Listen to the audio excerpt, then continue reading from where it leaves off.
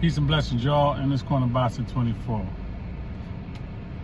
So let's get right into it, man, because Roy Jones just won't let up. So because he won't let up, then the real boxing fans like myself, we can't let up either, because he just don't know when to stop. So let me just give y'all a little bit of history for y'all that don't know. And if you know, then you shouldn't be defending anything that Roy Jones is saying.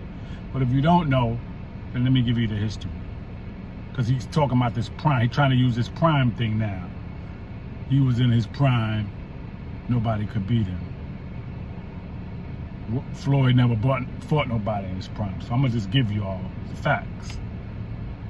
So when Roy Jones fought Ruiz for the championship, not for a championship, really it wasn't even for a major belt, but when he fought Ruiz and beat him in 2003 of March, he was 34 years old. He was still in his prime. Okay? He beat Ruiz, a heavyweight fighter. Regardless of what we think about Ruiz, he wasn't a top 3 heavyweight. He wasn't the best heavyweight. He wasn't the quickest. He wasn't the strongest. He was a heavyweight. Roy Jones went up, challenged him. He beat him. He looked good doing it, and there was no excuses about that. But then he comes back down because he wanted to. You know, no matter what Tarver said or did, he had a choice. If he was going to wait and fight Tarver, give his body a chance to get back adjusted to the weight after he put on all those pounds and the muscle, he gave himself 8 months, and he came back in November 2003 and he fought Tarver and barely beat Tarver in a majority decision. And it was close. I mean, most shots he landed was body shots. He didn't land a lot of head shots. It was a close fight. So now he comes back 6 months after that. He fights Tarver again. And what happens? He gets knocked out. This is May of 04. He gets cold knocked out. So what's the excuse now? 6 months after. Now your body gets six more months to adjust back to the weight. So if you had an excuse for the first fight, you definitely don't got one for the second fight. And you're still in your prime. This is only a year later. This is only a year later from when you fought. This is the very next year. Not 2-3 years down the line. It's the very next year. So you still was in your prime. 35 years old. Okay? You never really took no punishment in the ring before Tarver knocked you out. So, no excuses. There's no excuses for me and for the real boxing fans. We don't want to hear it. Then, instead of giving yourself a break, what do?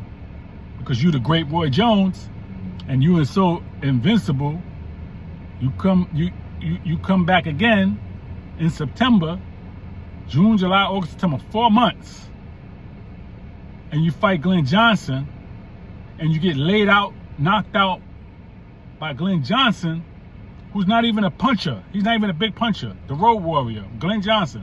Tough dude, tough fighter. Fight anybody, hard, but not a great fighter. Very skilled fighter, not that at all. No, average fighter. Good fighter, but not a very skilled fighter, and definitely no power. Got damn near more losses, than he got wins or knockouts, right? And you get knocked out by him. So what's the excuse then? Roy Jones, you got knocked out 5 times. Danny Green, Macarinelli, you lost to Hopkins again. I mean, you kept getting knocked out after that. 5, not 1 time, not twice, but 5 times. But you questioning Floyd Mayweather's record after you're the one that's been throwing shade on him all this time. He never said nothing to you about your career. He respected you, as I did. A lot of people respected you, but I noticed that once you start getting knocked out, it was a cycle. You kept getting knocked out, and I think you tainted your career by losing the way that you lost. It doesn't matter how you start the race, it's how you finish it, and you didn't finish it in good fashion. So we could look at your career in the beginning, but we got to look at the end too. We got to look at the end. based on what you did and what you didn't do and how you lost. See, it's the difference between you and Muhammad Ali. Muhammad Ali got 3.5, almost 4 years taken from him by the U.S. government because he didn't want to participate in a war, right? So when he came back, he had lost a lot. That's a big difference. You was fighting. You was active. You had never took no real breaks. So you was never off more than a year or, a year the most. You was never off for no 2 years, no 3 years, almost 4 years where you couldn't fight. That was Muhammad Ali. So when he came back in the 70s, even though he came back and fought George Foreman and Joe Frazier and fought the killers, he lost a step. He was playing the ropes. He never played the ropes before his suspension. He stayed in the middle of the ring. He beat you in the middle of the ring. If he played the ropes, he got off the ropes and put you back in the middle. But after he came back, he was a different fighter. He had a lot of mental things going on and physical. So we're not going to put you in that same category. You had no excuse. You kept fighting. You was active. But you got timed by Tarver. And Glenn Johnson, they obviously watched that fight and they was able to time you too. And they laid you out. So it's just no excuse. Now on the flip side, Floyd Mayweather, you telling me Corrales wasn't in his prime when he fought Floyd Mayweather, that people thought he was going to knock Floyd out? 33-0 with 27 knockouts? You telling me Jose Luis Castillo wasn't in his prime when he fought Floyd Mayweather, gave him 2 tough fights? You telling me Zab Judah wasn't in his prime, 28 years old? It don't matter what he did or what happened to him with Costa Tszyu at lightweight. When he came to welterweight, he became undisputed in the 3-belt era. What are you talking about? He was in his prime. You telling me Miguel Cotto wasn't in his prime? What are you saying? Chop Chop Corley wasn't in his prime? All of these fighters wasn't in their prime? Canelo wasn't in his prime, 23 years old, that people thought because of his power and the record that he had, undefeated, he had over 40 fights at the time, and just as many knockouts. I don't remember the exact number, but I know he had about 44 fights at the time that he fought Floyd, and he had a lot of knockouts, over 20 on his record, damn near 30 knockouts when he fought Floyd, if not more. You telling me he wasn't in his prime? You need to knock it off, man. He fought prime fighters. You telling me Shane Mosley? I got the face-off interview. Yes, Shane Mosley was 38, but Jay Mosley didn't fight coming off a loss. He came fighting off a big win, a knockout over Margarito. He said in the face-off with Max Kellerman, he wasn't too old for the fight game. He was good. He challenged Floyd for that fight. Floyd didn't ask for Shane Mosley. Floyd was asking for Shane Mosley at lightweight and couldn't get the fight. I got the interview where Shane Mosley said he had to go to the dentist. Something was wrong with his tooth. They didn't want to fight Floyd then. So now he steps up and he comes in the ring with Bernard Hopkins and they talking about they want to fight Floyd after he beat Marquez. They asked for that. Floyd didn't ask for him. He wasn't even thinking about Shane Mosley. But since he asked for it, they made it happen.